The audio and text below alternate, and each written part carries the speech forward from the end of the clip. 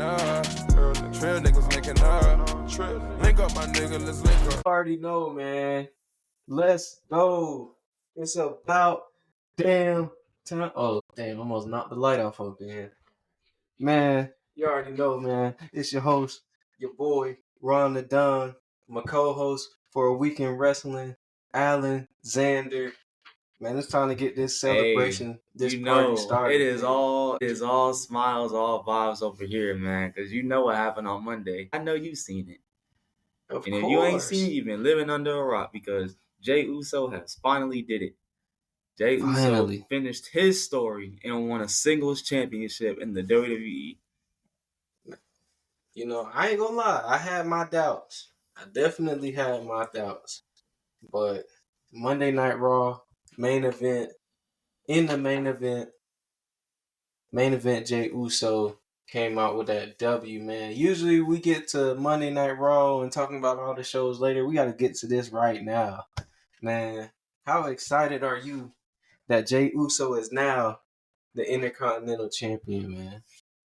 Man, you see it, bro. I'm grinning from ear to ear, man. Because everybody know I've been an avid Jey Uso fan since the start of this podcast. You know what I mean? So to see him finally win the Intercontinental Championship, one of the most prestigious championships in professional wrestling. Like, come on now. It don't get no better than that. But my thing is, what's next for Braun Breaker? Because rumor has it he's next up for the World Championship. What? For real? Nah, I ain't hear that one. Look, because apparently with the whole Netflix era, they're looking at him as the next big thing. So they might have him going for the World Championship. So I could definitely see that happening. That makes sense. I was kind of thinking, like, you know, as good as this moment is, I was kind of thinking he was going to get his title back sooner or later because, you know, we still waiting on Jey Uso to get involved in all that bloodline drama.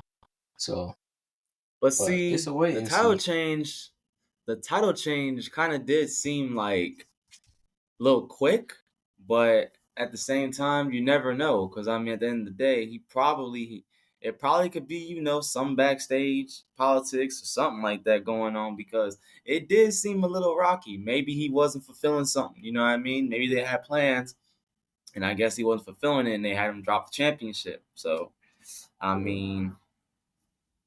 But it's so crazy. Not trying to break down, you know, kayfabe or anything like that, but when I went back and watched the match from the start, you can kind of see Jey Uso grinning really hard when the match started. And they usually find out the result of the match as they're going to the ring, most times.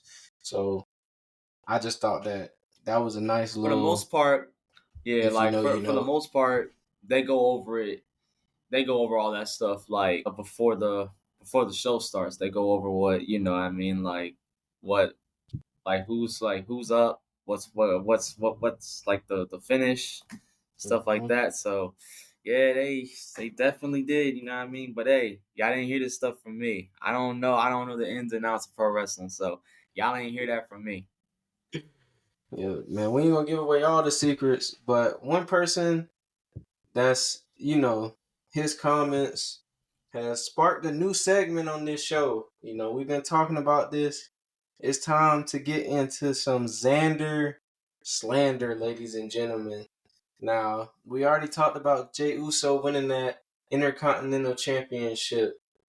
We had a man just a few weeks ago complaining about Jey Uso's booking, complaining that he should not be in a story with mommy, coming out and saying that he's like, mommy should congratulate Jey. Now he's all with it. He's all into it. He's happy for Jey. He's happy with the booking. And then not only was he said that, he also said that Jacob Fatu is being brought up and booked too fast as a main eventer. He should be booked, you know, at a slower pace. Of course, this guy I'm talking about and referencing is Rikishi. So Xander, This is your time in the podcast to do your thing and go off. We need you to cut that promo on Rikishi. Let us hear it. Man, on the spot like that. All right, Rikishi, understand this. The wrestling community respects the hell out of you. When I tell you you've done it all, inside and outside the ring. Hell, you produced one of the best tag teams in WWE history. You know what I mean? But at the end of the day, you doing all this talking and saying all this, saying, "Oh, I need Jey Uso to be pushed better. Jacob Fatu's being pushed too." Which one is it, dog? Like, come on, man. You got to get with the program. Let Triple H cook. Let Triple H do his thing. Because at the end of the day, you ain't. I hate to say it, you ain't the booker. You ain't the booker. You're not the one, selling the tickets. You ain't the one that's putting the shows out. But like I said, who am I to talk? Because I am just him. I am the golden ticket, and I am Mr. All-in-One from the 631. Allin, Xander.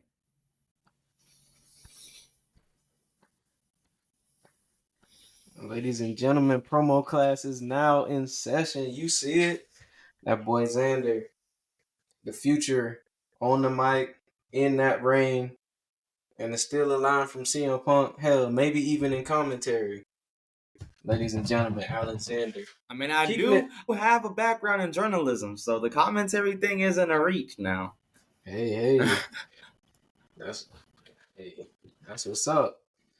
Now, keeping it in the family, we're gonna go a little bit outside of WWE though. Zilla Fatu, no showing the GCW event. This had the IWC up in arms. Some people believe that it could potentially mean a move to NXT / WWE. Some people feel like this act is actually a reason why he'll never be in WWE anytime soon.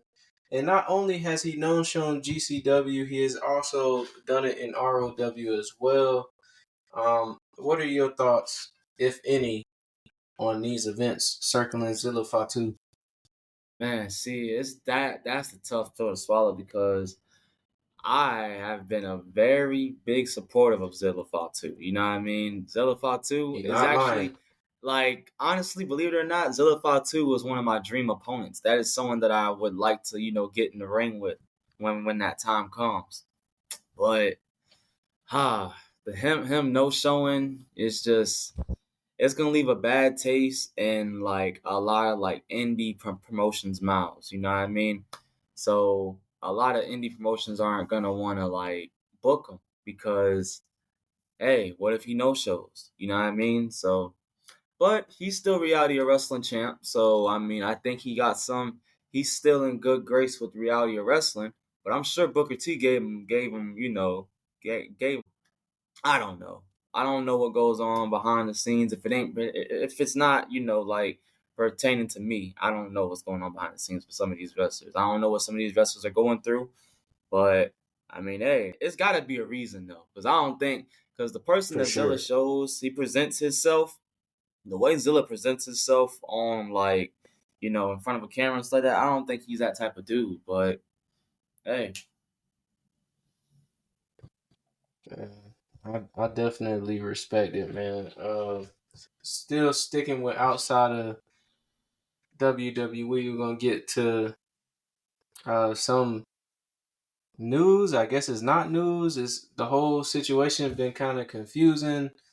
It was reported earlier in the week that the Lucha Bros was signing with WWE, but then reports came out that they're still under contract with AEW. What do you make of all this? Like I said, it's one of them situations where I'm at the point where it's one of them situations where you gotta just see it to believe it. Like, cause you got one story saying AEW, another story saying the WWE, and going back to the Zilla thing, there was also a report. I don't know how true it was, but it was also a report that AEW reached out. Mm. That's probably why he. There was a report saying that he signed, but that's a reach. I don't think he signed with AEW, No. but. Yeah, I mean, Yeah, I mean personally, I couldn't see it, but if that's the route that he wants to go, they might have gave him some stuff that you know what I mean that suits him right now. So, but it's not to say that a AEW contract is not a shot in the foot from having chances with World Wrestling Entertainment because we've seen how being in AEW kind of helps some of them people go to NXT and like the WWE, SmackDown, and Raw. Like we've seen it already. definitely. So Yeah, I would be shocked if Zilla was in AEW. Now I would respect I, it because hey, you making a name for yourself in a different company, opposite of all your kin. But I would be shocked.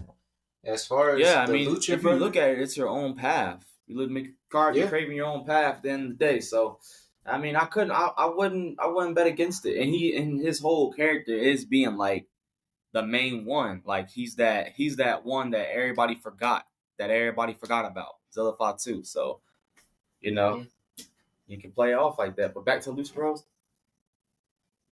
yeah. For me, the Lucha Bros, I think it's gonna be a matter of time.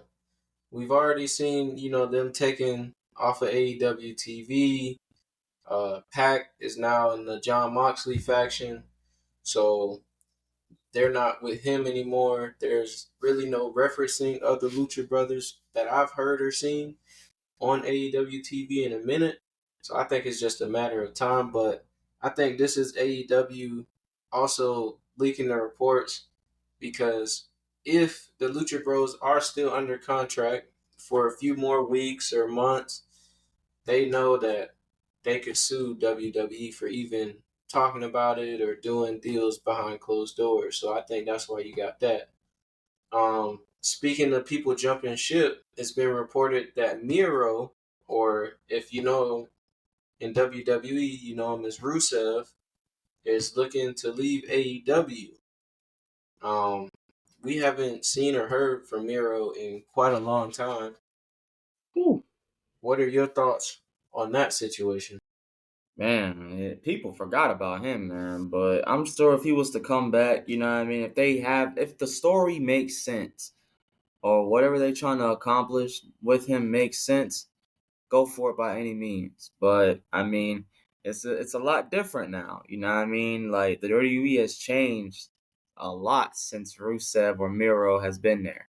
So it's See, gonna take some getting used to with him, but I'm pretty sure he can adapt if he does go that route. But he could go the indie route, could go AAA, could go TNA. I was It's gonna not say I would always love to see him the in WWE. TNA.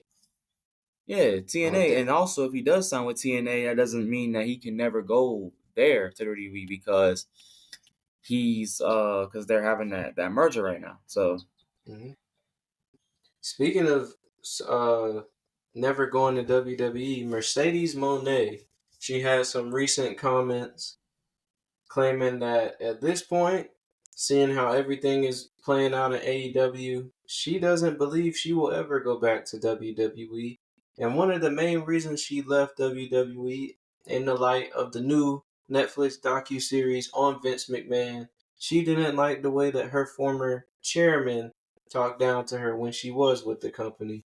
So seeing the different side of the wrestling business in AEW, she doesn't believe that she can see herself returning to WWE. I Now, think this she could have sees been a herself host. as more. Yeah, I think she sees herself in too much of a light than what she already is. You know what I mean? No disrespect to Mercedes Monet, but I mean, hate to break it to you. This ain't 2018, 2017 no more. You know what I mean? We are far from that NXT Takeover Brooklyn match you had with Bailey. So, I mean, look, you had your shine. Now you just like you're kind of acting like a grown ass person who's peaked in their high school days. You know what I mean? And they're talking about their glory days that they had on the football field all the time. Like, dude, we get it. We understand. Come on now, man. We can't. It's up. It's up. How Carmelo Hayes said, just put the fries in the bag, bro. One thing I'll say is it's this. It pains me to say because back when she was in WWE, Sasha Banks and Asuka were my two favorite women's wrestlers in the entire world and company. And ever since she left the company, I was hoping for big things for her, but it's it's almost like that tragic case of when superstars leave the company, they talk bad about the company, they talk bad about Vince, and then like they never really regain their aura. Miro did it. Chris Jericho did it for Jake Hager. That didn't work out. We had all these guys and gals talking down on the company. It's over with. You've been out of the company for years now. Um, yes, you didn't get pushed as you liked, but you main evented a WrestleMania with Bianca Belair, first ever main event with two black women to do it. So that was big. And I feel like if she would have stuck it out and was still in WWE, she would have been a big star today. Um, she probably would have been the first rivalry for Jade if she was there. Um, but yeah, it just pains me to say, but she's definitely lost her aura. Like the program with Britt Baker didn't pan out as people would have liked it would be, and now it's like, where does she go from here? It's just I don't know. If she does stay in Yeah. AEW and she's happy, that's all you can hope for. But right now, as far as from a fan perspective, I hate to say it, but what's that mean? We do not care. Hey, look, if she getting that Monet, get that Monet. Shit. I I mean, respect it hey, though. that's what I'm saying. Love him, look, love her or hate her. Look, if she getting that cash, do your thing. But speaking of, she wasn't the only one comparing AEW and WWE. Darby Allin came out and gave his opinion on what he views the comparison of AEW and WWE to be. And this one actually makes the most sense. He compared WWE to Taylor Swift, somebody who's, always looked to as probably the greatest in their profession or their genre, and has this cult following, this cult fan base or worldwide fan base. And, they're known for the glitz and the glam and all that. And then AEW is Slayer, a bit more cutting edge and more hardcore, hardcore audience, cult fan base. What do you think of that comparison by Darby Allin? I wouldn't really say that's the best analogy, but it gets the job done. I guess I just wouldn't use that analogy though. But hey, that's how you want to get your point across. How you get your point across. But all I gotta say is, and this is coming from a fan standpoint. Not This is not Alan Zaner. This is Quincy Tony talking right now. All right. That man dropped his What I'm government. gonna say with that, the WWE will always be better than AEW. I said what I said. I said what I said. I said what I said.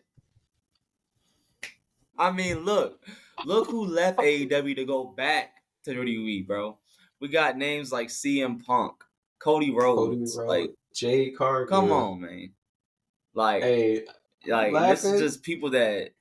I'm laughing because I definitely got to clip that up and make that into a TikTok. That's gonna get the IWC. That's gonna get them going crazy. I mean, hey. I mean, what can I say, man? It's not. I mean, a lot of people will agree with me though. Yeah, I mean if they're smart enough. No Yeah, I offense to mean, if they've been AW watching, fans. I'm if they've just been watching the product, if they've been watching the product long enough, bro, to see the difference. You know what I mean? Because look, okay, let's just say, let me see. I think it was around like 2008, 2009 when they went PG. If you want to talk about from 2008 to like, let's say 2022, all the way from there. It's been doing this, right? For the first time in a long time, the WWE is going like this and staying there for a minute. It's no dips like that. You got all this. Whereas back then it was you had your good moments. I ain't gonna lie. Vince had as far as booking, Vince had some good booking, to an extent. Some stories that he made, was not that bad. I'm not gonna sit here and lie. But for the most part, where a lot of people started not watching the product, it was doing this. And then the thing that really pissed a lot of people off is the fact that he didn't know what to do with the NXT call-ups. Yeah. Like, I mean, that's still kind of going on today. I ain't gonna lie. That's still kind of going on today. Yeah, I mean, look at Blair Davenport. Aiden Carter and Katana Chance. So here's my thing. You could make the argument for Ilya Dragunov, Dragon Lee. Mm-hmm. Yeah, you can kind of. Carmelo Hayes. I think my thing is depending on where he goes in the next couple of months. You could say that too. Nah. Hayes, bro. You could just tell by the way Triple H is pushing him, bro. Hayes is getting the push. I don't know what kind of push he's gonna get. I don't know how long it's gonna last, but he's getting a push. I think Hayes is definitely getting the push because Hayes is one of Triple H's guys, for sure. Yeah. So we'll see. He getting a push. Now I will say you do bring up some valid points with all those names that you mentioned, but this is another thing. I think personally, about 80% of them that you just named got called up way too early. Way too early. It's like give me an example of who you thought got brought up too early. So remember how I'm not gonna say Dragon Lee in a sense, but so you know how Dragon Lee was like he was going to NXT, then going to SmackDown, NXT, SmackDown, Raw, NXT. They kept bouncing around trying to see how he'll do, and then they finally pulled the trigger like you said. So I think his call up was very unique in a sense. I'm not gonna say too early, but it was very unique how his call up was. And honestly, for the most part, a lot of the call ups really up to the wrestlers for real. I think as far as where they go, if the crowd gravitates to them. So I think what Hunter is doing right now is he's giving them the platform to pretty much do what they do in a sense, like what they was doing in NXT, or try to elevate themselves. And if the crowd don't gravitate them to them, I mean, you kind of getting lost in the shuffle. Don't mean you're gonna necessarily not get used, but you're gonna get lost in the shuffle. The crowd don't gravitate to you. Whereas, so I see the difference with Vince and Triple H. Whereas, so Triple H, I'm pretty sure he just lets you, he lets you do your thing. If he has something for you, I'm pretty sure he'll tell you what it is. Whereas Vince, he just throws whatever, just throws NXT call-ups and weird storylines, and then hell, he was even throwing NXT call-ups in that championship, the 24/7 championship, the little when they was running and stuff. You just put them in there dang, they just got called up. Yeah, it's honestly really just it's really got to be on the superstars, bro. Because it's just if you're not likable, what can he do? It's really more so on you. No, I definitely agree with that, but I just couldn't agree with the sentiment that it still doesn't happen. Because there are some people that you can make the argument that Triple H, I wouldn't say ruined. I think ruined is because one thing I'm noticing about Triple H is all the people that people claim that he soured on outside of Omos, but let's be honest, Omos, he wasn't really like that in the ring, so I can understand that. But everybody else, You gotta keep it real. Like Austin Theory, they're rebuilding him. He's in a. If you're not paying close attention, he's in a storyline right now.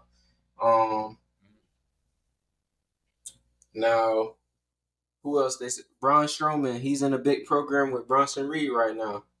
Like, and this is one thing I've been wanting to say for a long time, and now I got the platform to say it. Wrestling fans,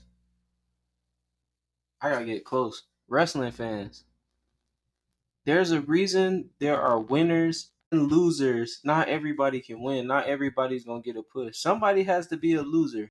Look at the Brooklyn Brawler. Somebody has to be a loser. Not everybody gonna win.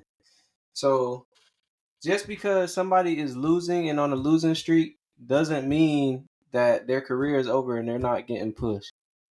I just want to say that. Hell, honestly, that's all perspective, because getting TV time is a push to me. That's what I'm saying. Getting TV time, hell, that's a push in itself. So I mean, Like, hey, if you getting put in segments, I mean, for instance, look at Chelsea Green. She loses all the time, but she's a big star. Well, not big star, but she's on TV. She's a TV, like you right. can recognize her when she's on TV. Look at Naomi. Naomi came back. She hasn't really won anything like of notoriety, but she's still like somebody that's on TV. So she was on WrestleMania. Kevin Owens. WrestleMania spot. Kevin Owens has been losing back to back. Shoot, we can either take it this. Jey Uso has been losing every singles title match that he had until now. Like, that's basically what I'm trying to say. He's gonna have to lose in order to get the ultimate win later on. Everybody can't win every match. So Cody Rhodes lost at WrestleMania 39. Exactly. And we had to wait a whole year for him to finish his story, bro. Doing all these weird side quests, bro. Y'all just gotta be realistic. But we're gonna jump into the show reviews, man, starting with SmackDown. We're gonna get to Raw later. It was also announced that Raw and SmackDown, when Raw does move to Netflix, as we both anticipated, we said on this podcast, are both getting bumped up to 3 hours. So Raw and SmackDown will be 3 hours. So when you add that in with NXT, you'll have 8 hours of wrestling every week. Then you add in a PLE, that's 12 hours of wrestling every week. That's 12 hours of WWE wrestling a week. Yes. If you watch all wrestling, I ain't gonna lie, I commend you. It's hard to keep up, man. I tried, bro. I really try to do it, but it's a lot. And that's a good thing. It's a good thing. It's wrestling for everybody. You know what I mean? It's wrestling for all kinds of fans. Like, so there's really no excuse. Like, if you're not watching something, then at this point you probably just aren't a wrestling fan. So not to get too off topic, but I know we like joke, or actually we were being serious earlier about what we said about AEW, but we do support AEW because having that alternative is best for wrestling as a whole. So, don't get that misconstrued. It's called tough love, at all. ladies and gentlemen. It's called tough love. Shoot, I want to see AEW do good. I want to see them do because back in 2019 in the COVID era, I was watching more of AEW than I was WWE. Like, so it's not. I'm just, we want them to do good. It's crazy how though. Like, looking back though on the first episode of AEW Dynamite, the ending, bro, of like their biggest signing at the time. It's crazy. It's crazy. Like this name that I'm about to say, bro. Jake Hager, bro. I know. Low-key, when he came out, everybody popped, though. If you watch the clip back, they really popped for Jake Hager. I was like, snap. But they were always going to have that. They were always going to have that for the first 2 years, I felt like, which guy is going to pop up. But then with Tony Khan, he started overdoing it, so. Yeah. Because at first, you're right. Because at first, it was like, snap, he's in AEW now? Dang, that's crazy. Yeah. Now it's just like, oh, he's in AEW now? Great. Thank you, I guess. Exactly. It's like we almost like expected Ricochet, now. bro. Yeah. Like Ricochet, bro. I seen like his entrance on social media. I found out that he returned, but like, well, not returned, but signed to AEW through social media. I was scrolling on Instagram and I seen his entrance. I'm like, oh, okay, so the rumors are true. Ricochet is in AEW now. Yeah. And what do? You have him lose. Great. Yeah. But Like I said, man, I support A. Man. Man, we're gonna move on to the better company anyway. WWE SmackDown. We saw LA Knight retain his title. We saw Giovanni Vinci lose again. We saw Bailey and Naomi both win a number one contenders tag team match for the WWE Women's Championship. We're getting a dumpster match between Chelsea Green and Michin. And Roman and Cody have dropped one of the best cinematic videos of 2024. What were your thoughts on SmackDown, Mr. Xander? I ain't gonna lie. That cinematic thing that they did, that kind of gave me Fast and Furious vibes, low key. That camera work. I was like, man, hold on. They cooking with this. Shout out to But Jeremy Borash. but that segment, though, it really did show Roman Reigns is like, how do I say this? Vulnerability. Him asking Cody Rhodes, what do you want? When he asked that, I'm like, bruh, we really going there. We really going the route that Roman Reigns really has nothing, and he's going to Cody Rhodes for help. Like, dang, bruh. We're going there. So, honestly, this could be a really good thing to plant seeds for another match with Cody and Roman. Okay, yeah, we definitely get number 3. Yeah. Yeah. But not even asking him what does he want, but what he said at the end, you're standing in my way. You're standing in my way in life. So that was a very interesting choice of words. Them boys cooking, bro. I'm telling you. And you know what's crazy? Just in Georgia, not that far from Atlanta, not that far from the Georgia Tech University. And they were filming that. I should have video bombed. Dang, that's crazy, bro. Could have went in there with a damn link up shirt, bro. Man, what? Watch the link up. There you go. Nah, that would have been crazy. Or what you could have did was you could have popped up in there with that one shirt. That's my Michelle. Shout out Shannon Sharp. Shout out that boy Shannon Sharp. Man, they ain't respond to my DM, but we gonna make it happen. That's my Michelle. But man, somebody who was being messy on SmackDown, I noticed, was that boy Byron Saxton.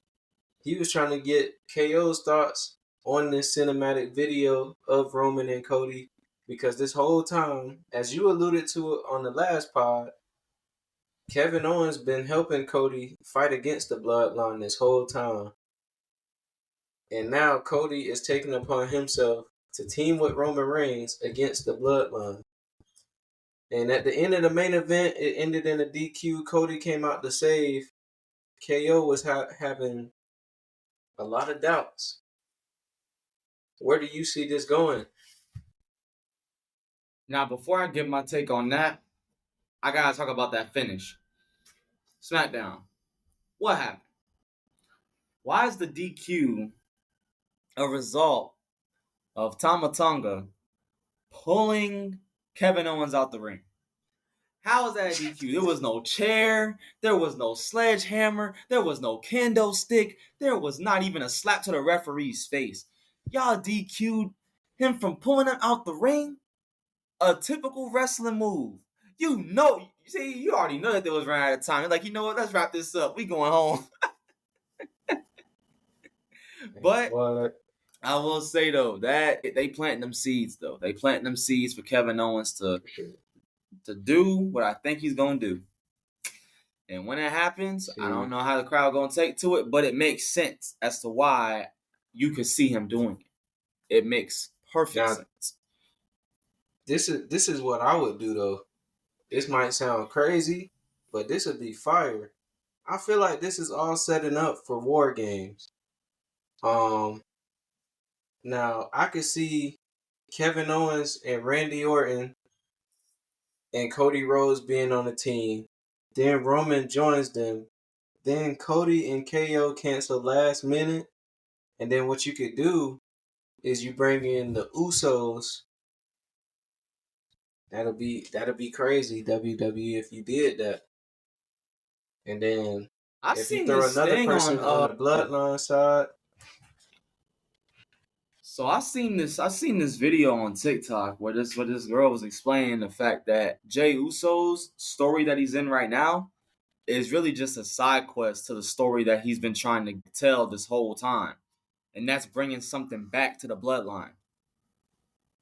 And apparently now he got something to bring back to the bloodline, that IC championship. So in that video, she did ask the question at the end, does that make him the tribal chief? Technically. I was gonna ask that. Because he's the one that has something. So he has an argument to be the tribal chief. Me personally, he's the tribal chief in his own right. Hey, I acknowledge you, Jey Uso. Didn't he have a shirt that said the only chief at one time? When he first broke away from the group? Yeah.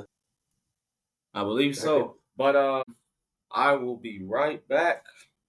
I think my damn laptop is about to die, so I need to get that charger. Oh, man.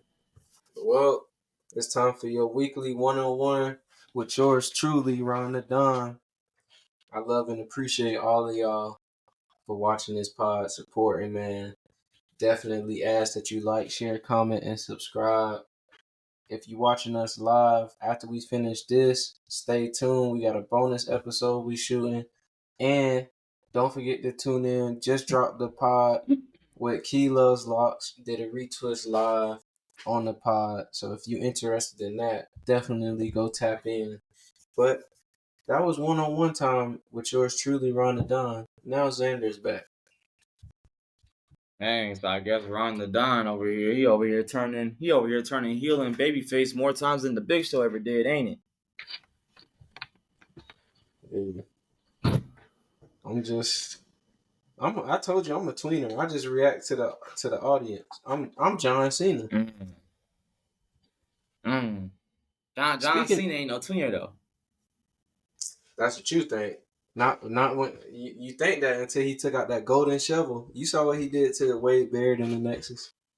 Yeah, they was the heels in kayfabe, but they wasn't heels in real life. You saw. Well, speaking of Cena, what you were gonna say? Speaking of John Cena, it's rumored that a part of his farewell tour, WWE could be cooking up a potential John Cena and Logan Paul dream match, if that's what we want to call it. What's your reaction to that? I mean, I guess you can call it a dream match because Logan Paul has said it on numerous occasions that he wants to wrestle John Cena. So, in essence, that does make it a dream match because that's something that Logan Paul dreams about. So, in essence, it makes it a dream match. So, yeah, I mean, I can see that cooking. But my question to you is, who goes over in that match? That'd be tough. It depends on timing. Like if we talking about WrestleMania, definitely John Cena. But if we talking about towards the tail end of the farewell tour, I'm gonna have to go with Logan Paul. Because Cena's losing on his way out. I don't see him winning on his way out. Nah, I see Cena win on his way out. And this is Quincy Tony coming back in the chat again. Quincy Tony entering the chat. And this doesn't count as a prediction, as a fortune teller prediction. This is just something that I want to see. John Cena will be winning his 17th World Championship on his way out. He gonna vacate that damn thing. I'm playing. Yeah, that's not happening. Nah, he already kind of. Now I could be wrong, but I don't know if you watched the interview he did with Shannon Sharp. But he kind of alluded to like being on the way out. You want to be able to pass that baton to somebody else. Yeah. Right now, when you're looking at guys to pass the WWE baton to, I think Roman's already got it, so he's out of the picture.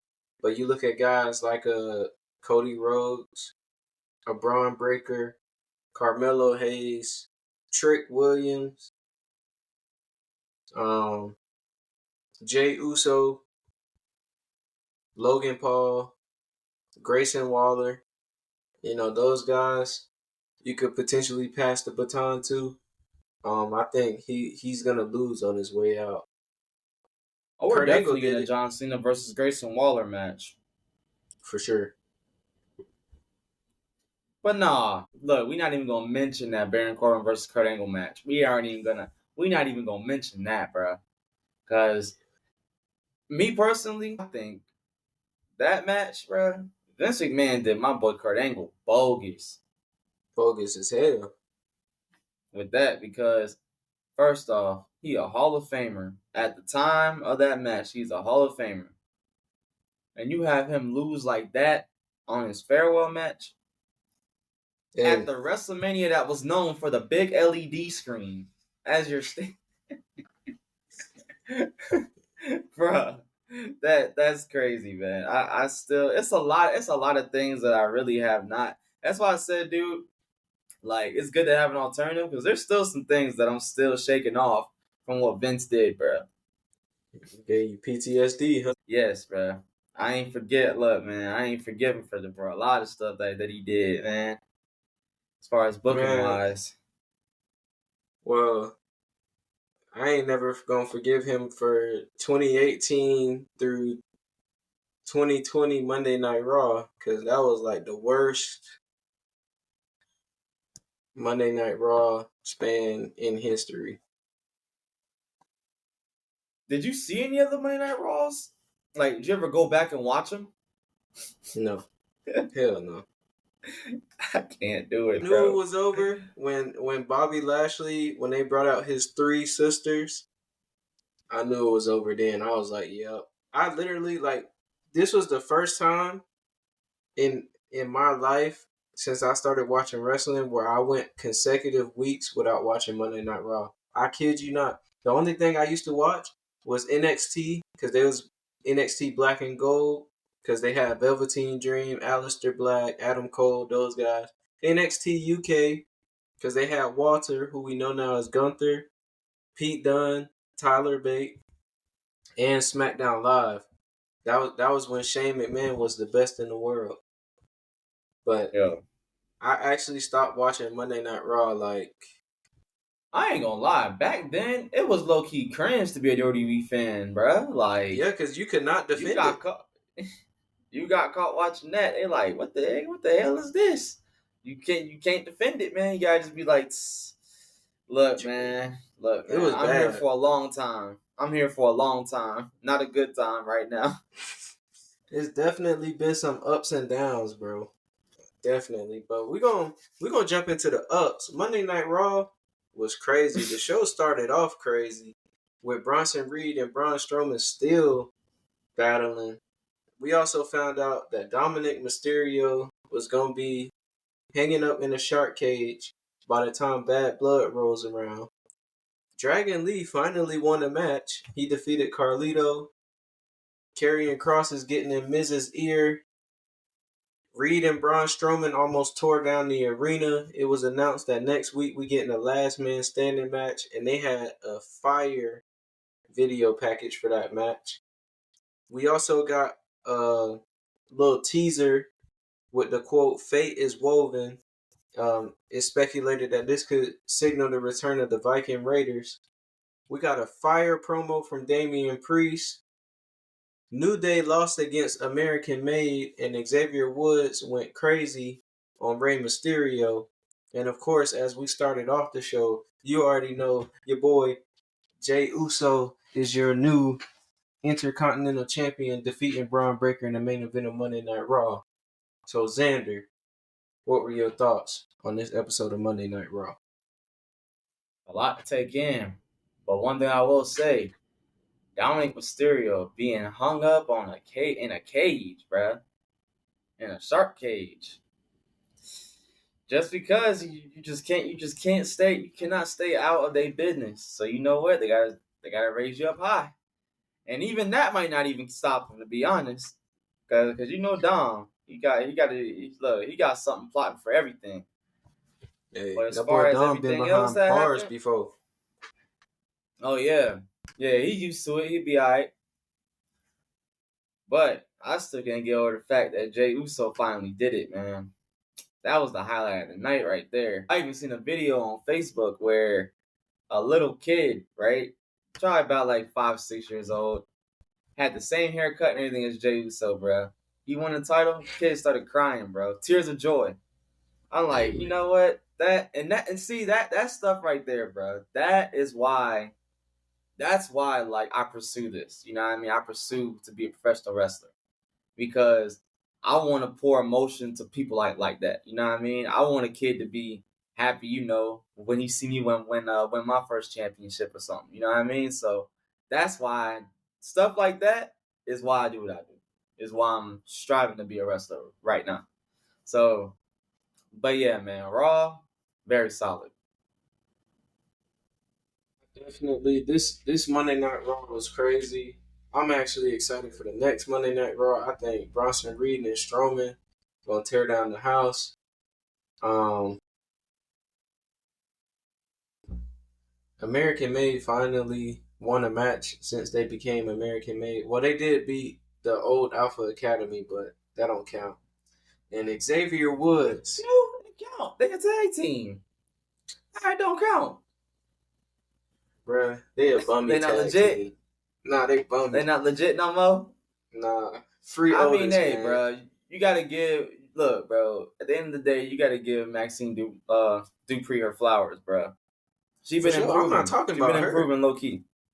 She We part of all my know. Alpha Academy though. We all know Akira Tozawa holding down the group. Hell, you know what? I'm gonna say it right now. Akira Tozawa for World Heavyweight Champion, bro. Right now, push Akira. Yeah. So in other news, ladies and gentlemen, I think that promo by Damian Priest, the My Brother's Keeper promo, that was like one of the best promos he ever cut. And Xavier He's Woods, been improving a lot on the mic. for sure. And Xavier Woods, man, I can't wait for this turn. But I was thinking, and I wanted to ask you this on the pod. Do you think, I don't think so, but do you think WWE is potentially swerving us and that Xavier Woods won't be the one that's turning heel, but it will be Kofi Kingston turning heel? Yeah, I could see that definitely.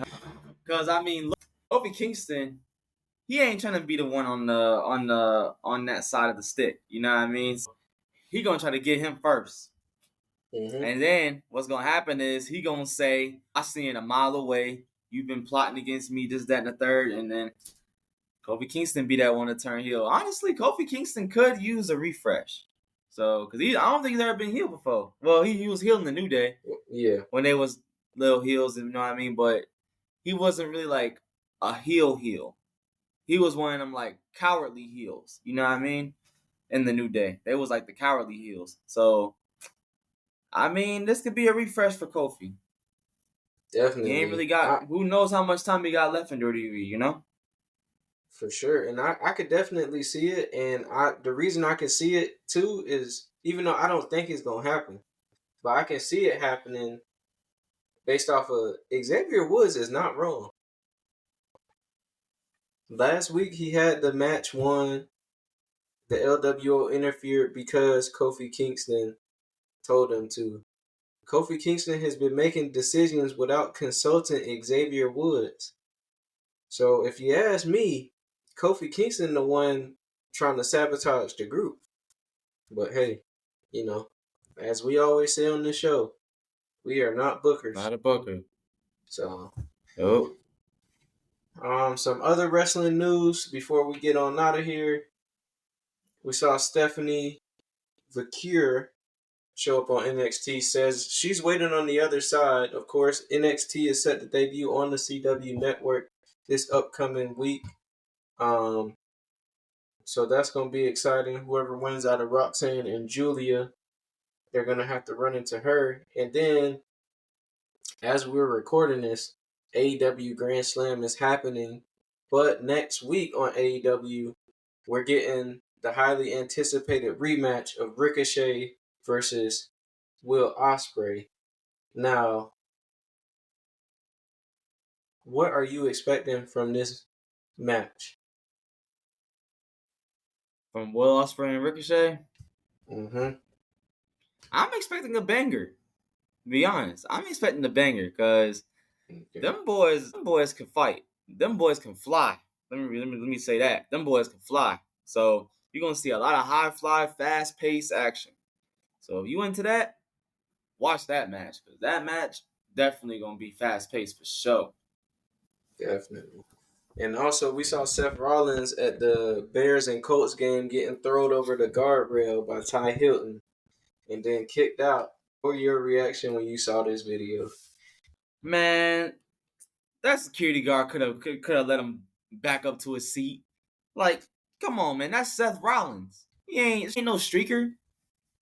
So I mean, hey, he ain't doing nothing. All you had to do is just put him back to his seat. I mean, did he really get kicked out, or did they end up putting him back to his seat, or did he really get kicked out? Well, I don't know. How'd that go? I don't watch the Bears or the Colts.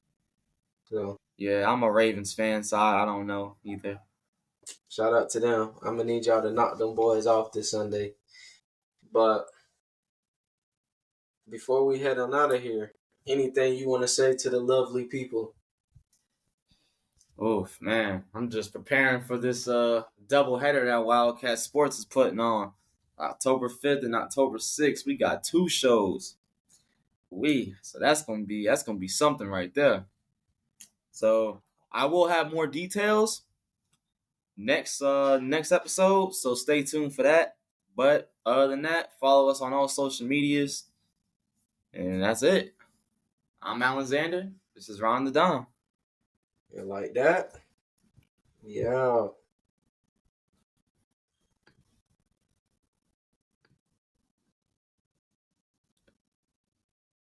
Trip forever and I'm just not getting started.